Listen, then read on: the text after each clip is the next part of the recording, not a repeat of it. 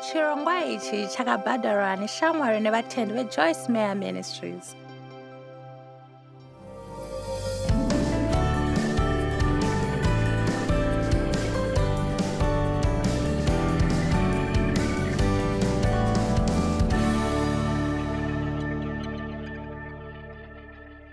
Ndakatanga kutaura nemi nezuro manheru pamusoro pehasha uye tikatanga muna vaEfeso 4 vanoti kana uine hasha usatadzi, usaregedze zuva richinyura uine hasha. Saka hapana pakanzi ukaita hasha kana paunoita hasha. Tese tinonzwa hasha panguva dzakasiyana-siyana muupenyu hwedu. Kunzwa hasha hakusi kutadza, asi zvatinoita nehasha idzodzo ndo zvingave zvitadzo. Haudi kuzvitsimbirira, haudi kuzviratidza nenzira isiri iyo.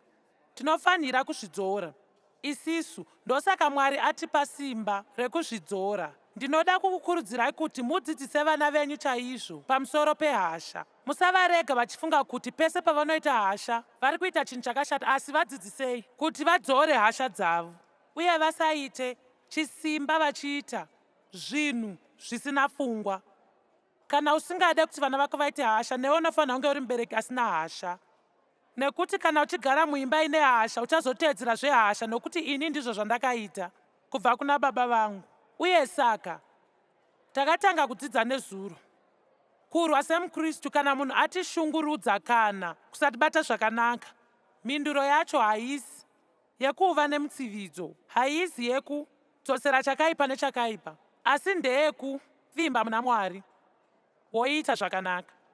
Toisa kuvimba kwedu kuna Mwari. Mwari muri mugadzirisi. Ndinovimba nemi kuti muchagadzirisa vasingandibate zvakanaka, uye ndicharamba ndichiita zvakanaka. Handisi kuzotiza basa randakapiwa naMwari kuti ndigadzise avo vane mwoyo yakashata munyika. Ndicharamba ndakaisa pfungwa pane zvandakadaidzirwa naMwari. Ndicharamba ndichibatsira vanhu. Kana ndabatsira vanhu, ndiri kudyara mbeu yekubudirira muupenyu hwangu.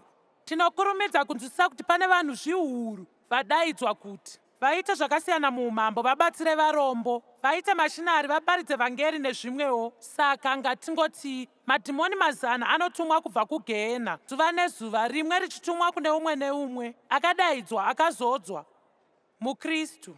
Uye basa redhimoni iroro kuvagadzira kuti vatsamwe, kuvagumbura, kuisa vanhu munzvimbo itsva, kuvashungurudza, kuvarwadzisa. Uye saka kana maKristu 100 aya asinganzwise zvandiri kutaura nezvazvo nhasi kana zvaMwari vari kudzidzisa shoko ravo muupenyu hwavo, vachapedza nguva yavo yese vachirwa hondo idzi.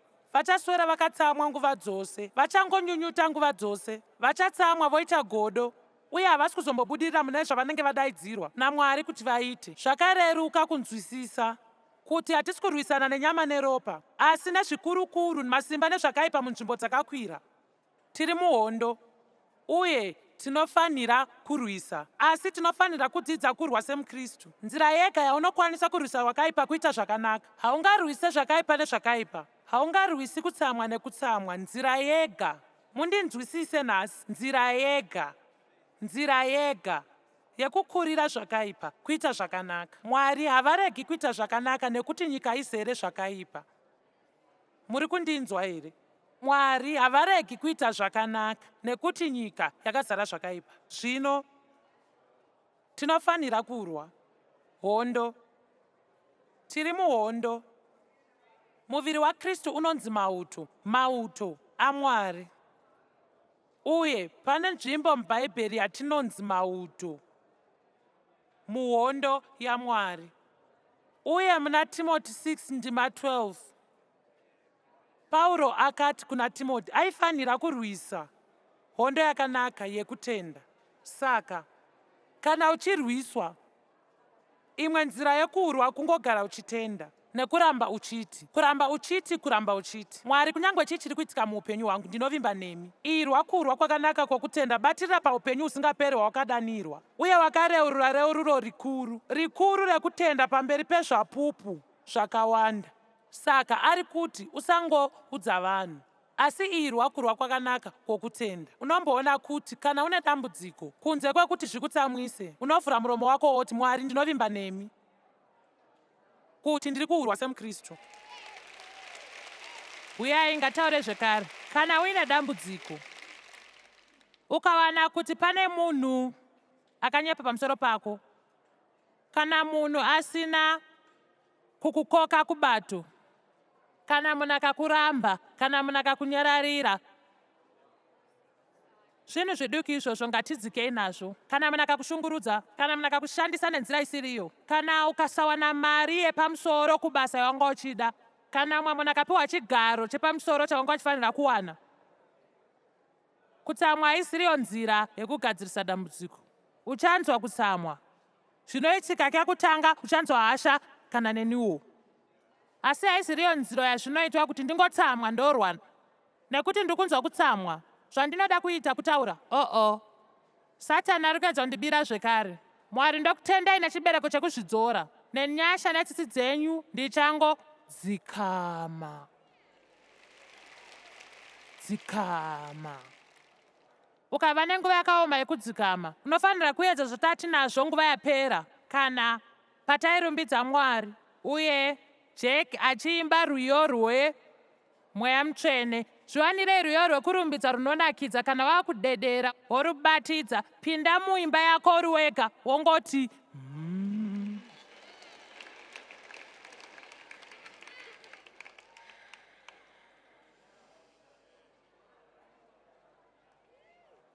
izvezvi Mwari, ndiri kunzwa kunge asina kutenda handifaniri, nekuti ndichisikwa chitsva. Saka iyi ndiyo mhinduro yangu, uye ndichaitaura kubva muromo wangu. Iyi ndiyo mhinduro yangu mukurwiswa kwakanangana neni. Mwari, ndinovimba nemi. Ini ndinovimba nemi. Ndichavonga Jehovha. Mapisarema 91:1-2. Ndima 2, ndichataura nezvaMwari. Ndichaisa kuvimba kwangu kwaari, ndiye svingo yangu. Ndichati kuna Mwari, imi mugere muchivande kumusoro-soro. Mucharamba makagara makazorora mumumvuri waMwari ane simba risingakurirwe. Kana usingade kukundwa naSatani, batirira muna Mwari. Woramba uchiti, Mwari ndovimba nemi, Mwari ndovimba nemi, Mwari ndovimba nemi. Ndoda kugara rimwe vhiki undidzise vamwe venyu kuti mutaurire pamusoro.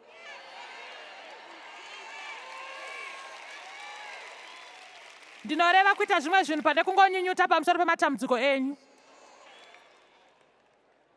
Uye ndichateverera izvozvo ndobva ndati, Mwari, ndadzidza kurwa seMukristu. Ndiri kukumbira kuti mundiratidze munhu wandingakomborere. Inzwai ndoziva izvi zvitsva. Ngatifurirei topinda negedhi makusenana. Handiti ka uri kurwiswa, ngatingogadzire nyaya. Mufundisi ainge akatendeka, aine umwe mufundisi aimuda, achimukomborera, achimubhadhara zvakanaka, anomuremekedza, achimukurudzira munhu anowana nguva yake yezororo. Zvino zvopinda musoro make kuti anofanira kutanga ushumiri hwake. Saka panina kuti azviite zvakanaka, oenda kuna mufundisi womudza zviri mwoyo make, omukumbira kuti amubatsire kuti ndeipi nzira yangazviita nazvo. Anotanga kukonzeresa kukakavadzana, achitsvaga zvakashata pamusoro pamufundisi, achitaura nezvamufundisi nevamwe vanhu vanenge achiziva mukereke. Handizivi, unoziva, mufundisi ari kuita kunge ari kupererwa nezodzo rake. Hawaona here mota yakatenga? Ndofunga, handisi kumupa mari yangu ini ndafambe nezimota hombe rakadaro iro.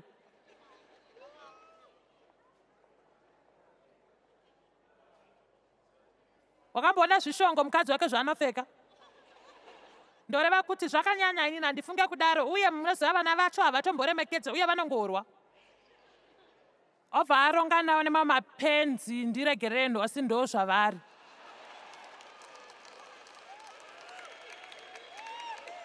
Zvakatoshata kuno munhu akaita izvozvo, asi takatopusa kana tichivateverera. Kana munhu akauya kwauri achitsvaga zvakaipa pane umwe munhu, kunyanya munhu waunoda uye munhu waunotarisira ari kushanda nesimba kuti akubatsire, unofanira kudzoka handizive nezvaizvozvo, asi chandoziva ndechiti vandibatsira zvekuti upenyu hwangu hwakachinja. Vakazvitsaurira, vakashinga. Nditeererei, musungo womweya wetsvina. Offense izita rinobva kuGiriki rinonzi scandalon, rinoreva chirauro chairembedzwa pamusungo, yakakweva muka mumusungo kuti iparadzwe.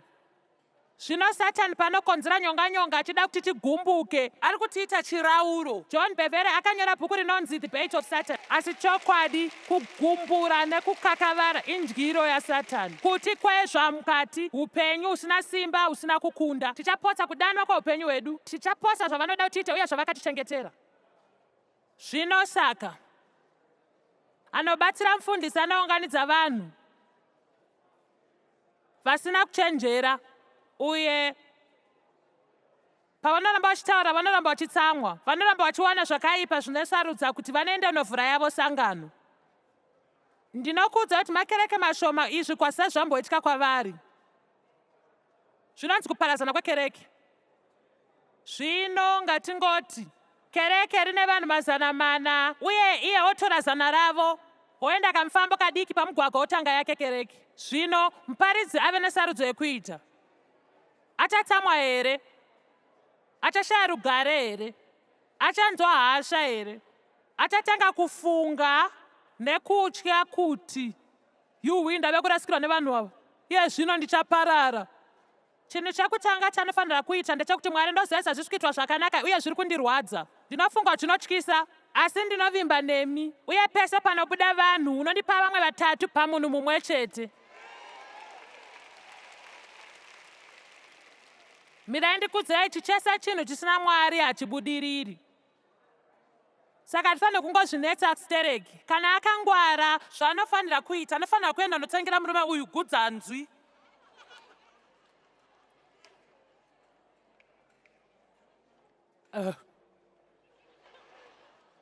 Ngade kuzviitira izvozvo nokuti ndiyo marwiro eMukristu. Ndiyo nzira yokukunda hondo, ndiyo nzira yokukunda hondo. Ndinoziva kuti chinhu chinonge chinonyatsonzwa kunge chinhu chinopenga, asi munofunga kuti chichinorehwa neBhaibheri kuti komborera vavengi vako. Munofunga zvinonzwisisika zvakangoreruka zvingofambira. Oh, ndizvo, komborerai vavengi. Pane zvinhu zvakawanda muBhaibheri zvatisingambofe takashandisa. Tinokoimba nezvazvo, tongoreurura nezvazvo, tongofunga tugwaro twakangonaka, pane mumwe munhu achangozviita. Asi kana uchifanira kushandiswa muupenyu hwedu,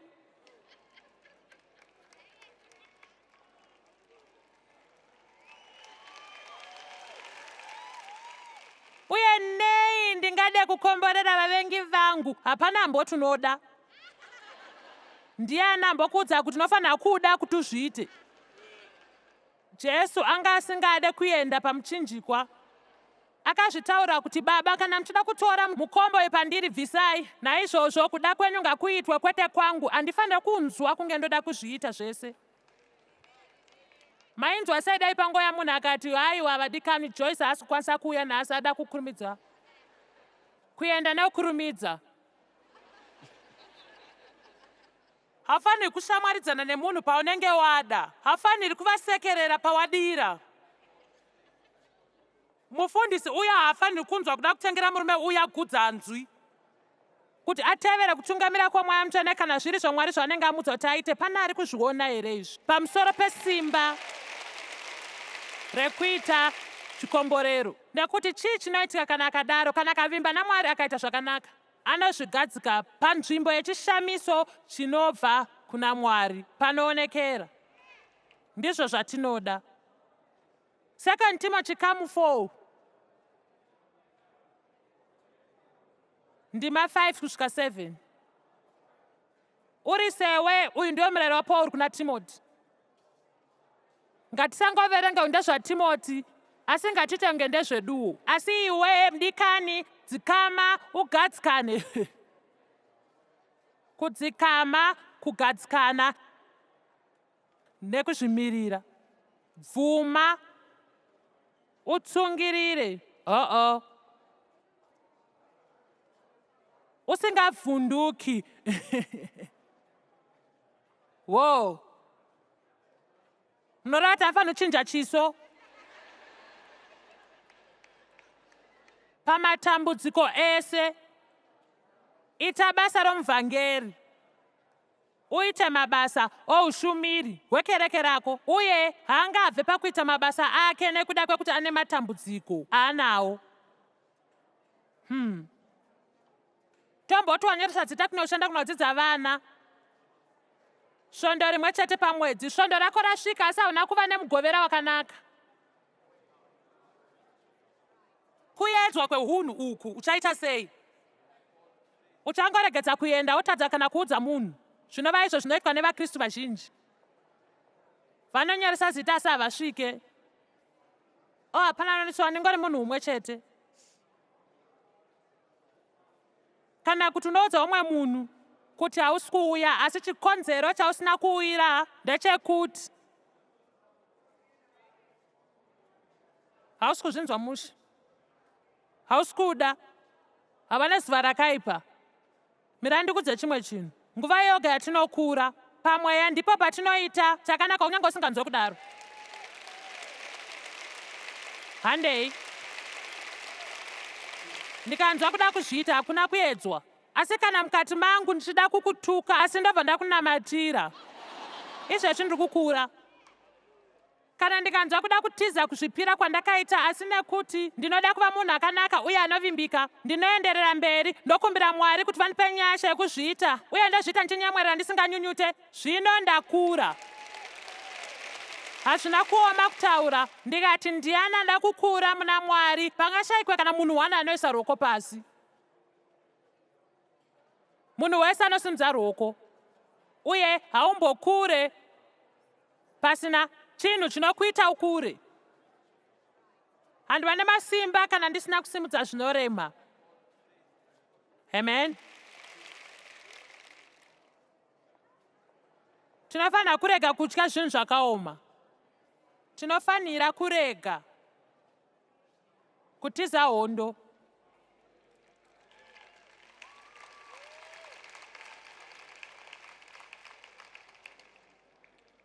Tichaverenga ndima yechishanu zvakare kusvika yechinomwe. Asi iwe dzikama umirire nekutsungirira pamatambudziko aunosangana nawo. Uite mabasa euvhangeri, oita ushumiri hwako, nokuti ini ndava kutopirwa. Upenyu hwangu hwava kutodururwa sechipiriso. Nguva yangu yemweya yangu yokuenda kubva pamuviri wangu yakusvika uye ndichasunungurwa. Tarirai, ndarwa kurwa. Kurwa kwakanaka, kwakakodzera, kunoremekedza. Ndapedza nange mutangi. Ndachengeta kutenda. Wow. Wow. Wow. Ndakatora sarudzo kwemakore 20 kuti ndichapedza. Ndaiverenga Johani 17 ndikasangana nendima yechi4. Jesu paakati, Baba ndizodzei nokuti ndapedza mabasa amakandipa kuti ndiite. Ndakanzwa kubatwa kubva kuna Mwari pandakaverenga izvi. Ndakatanga kuchema nekuchema. Ndakazvipira kuna Mwari ipapo kuti ndichapedza nange mutangi. Nenyasha dzenyu nerubatsiro rwenyu ndinoda kumira pamberi penyu ndokwanisa kuti ndakaita zvose zvamaida kuti ndiite. Handina kuita 10%, handina kuita hafu, handina kuita 90%. Handina kuregedzera munzira nokuti zvanga zvaoma. Handina kuregedza nokuti ndakachembera.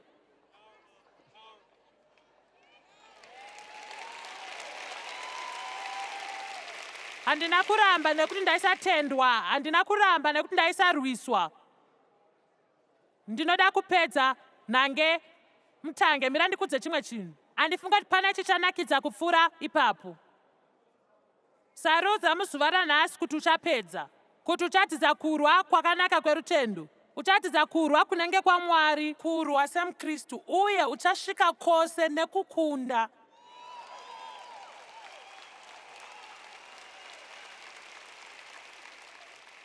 Hapana anokusarudzira izvi. Hapana. Ndinorida gwaro iri. Bhaibheri rinotaura zvehondo, rinotaura nezvombo. Tiri mauto, tiri muhondo yaMwari. Uye hatikundi muhondo dzedu kana takatsamwa. Haukwanisi kunamata zvakanaka kana wakatsamwa. Paunonamata, Bhaibheri rinoti kana une godo nemumwe munhu muregerere, zvisiye. Munoziva mashoko aya handiti? Asi munoziva dai ndanga ndine hatari pano, pamwe kwete izvozvi. Asi dai ndangomuka mangwanani ano ndikati, munoziva ndinoda kunamatira munhu wese akatsamwa, ane hasha, ane godo, ane kakusaregerera mwoyo make, chingouya pano. Imi mhani, muri kuona zvandiri kureva? Munofunga kuti tingadai tinei?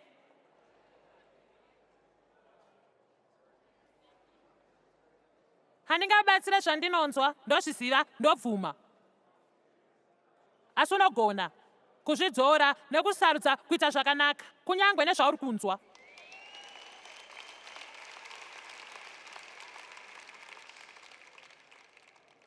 Kana wanga uri pane madeko nogona kunge uri kuti hamusi kudzokerere zvamakataura nezviro manheru.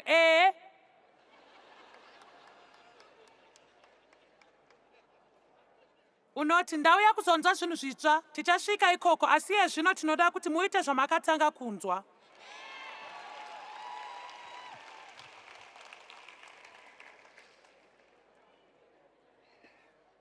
VaEfeso 4:30. Musachemedza mweya mutsvene waMwari, musamudene kana kumutsamwisa, uyo wakaitwa chisimbiso chenyu kusarudzwa sevaMwari pemazuva rokudzikinurwa, rekuponeswa muna Kristu mune zvakaipa, kana taita zvivi. Bvisai shungu dzese. Izvi zvinoenda pamwe chete. Ari kugadzira kutiudza kuti tinotuka sei mweya mutsvene. Bvisai shungu dzose, hasha nokutsamwa, hasha dzakaipa, kusaregerera nehasha, uye daka, kupopota, kutukana, kurwisana namakuhwa, utsinye nekutaura zvakaipa. Kutuka Mwari pamwe chete nekuvenga ngazvibude mamuri.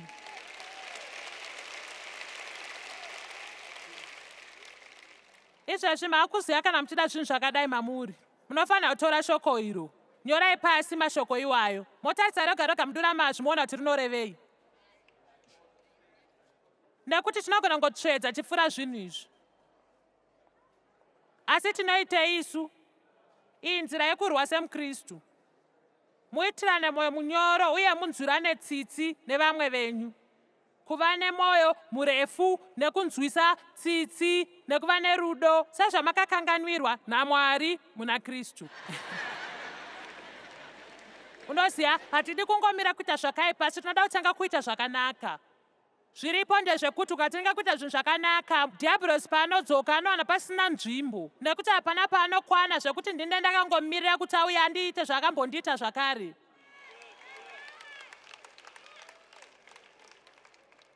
Hamuzive kuti zvine simba rakadini mukasarudza kuti muchatanga kuda vanhu, uye kuti muchava munhu anoita zvinhu nechinangwa, asingamirire kunzwa kuda kuva chikomborero kune umwe munhu. Ndinofunga kuti vangani vanhu vakagara muno varonga mangwanani ano kuti vanoda kuitira umwe munhu chakanaka nhasi, kuti manyatsozvifunga, ndine urongwa hwangu, ndine wandakananga kare. Pandichabuda muno, pane ari muchikwata changu achawana chikomborero. Munoziva nei? Ndinofunga kuti ndakuvadza vanhu nhasi. Munoziva, ndakaneta uye ndinongofunga kuti ndinovimba kuti pane chandikomborera. Asi ndinofunga ndichangoenda kunopa dhiabhurosi chibhakera paziso, ndichangoita zvakanaka mukereke, asi ndingoramba chingoita zvakanaka. Izwi raMwari rinotidzidzisa kuti tirwe hondo yakanaka yekutenda. Munoziva, patinorwa seMukristu, tinorwa nenzira yakasiyana neyamunofunga semuenzaniso. Imwe yenzira yatingarwe seMukristu, kuvimba naMwari zvakakwana, kuti vatibatsire nekutifudza mumamiriro ezvinhu zvedu. Uye patinovimba naMwari, kunyatsovimba Mwari, zvinotiunza mukuzorora kwavo nemurugare rwavo.